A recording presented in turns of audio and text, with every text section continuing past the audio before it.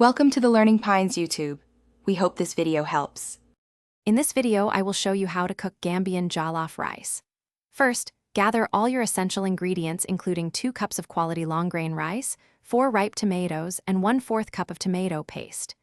You will also need 1 whole medium-sized onion, 2 cloves of garlic, and 1 small piece of ginger for the flavor base. Fresh fish, like 2 medium whole snappers or 300 grams of beef, will be the protein in our delicious jollof. Now, let us prepare the rich flavor base. Blend 2 cloves of garlic, a 1-inch piece of ginger, and 1 small Scotch bonnet pepper with a pinch of salt. Marinate your fish or meat with this blend for at least 30 minutes. Fry the protein in 4 tablespoons of vegetable oil until it is nicely golden brown, then remove it from the pot. In the remaining oil, sauté 1 large sliced onion until it is translucent and fragrant, which takes about 5 minutes. This stage is crucial for developing our signature jollof taste.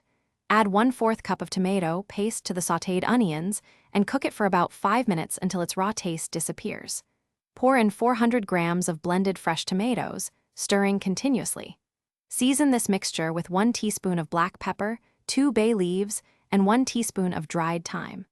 Let the stew simmer gently for at least 15 minutes over medium-low heat, ensuring a rich and concentrated flavor. Now it is time for the heart of our jollof. Gently add 2 cups of pre-washed long-grain rice into the simmering tomato stew, spreading it evenly. Pour in approximately 3 cups of hot water or chicken broth, ensuring the liquid just barely covers the rice. Carefully place your par-fried protein back into the pot, along with 1 large sliced carrot, 1 green bell pepper, and 100 grams of green beans. These will steam perfectly as the rice cooks. Thanks for watching.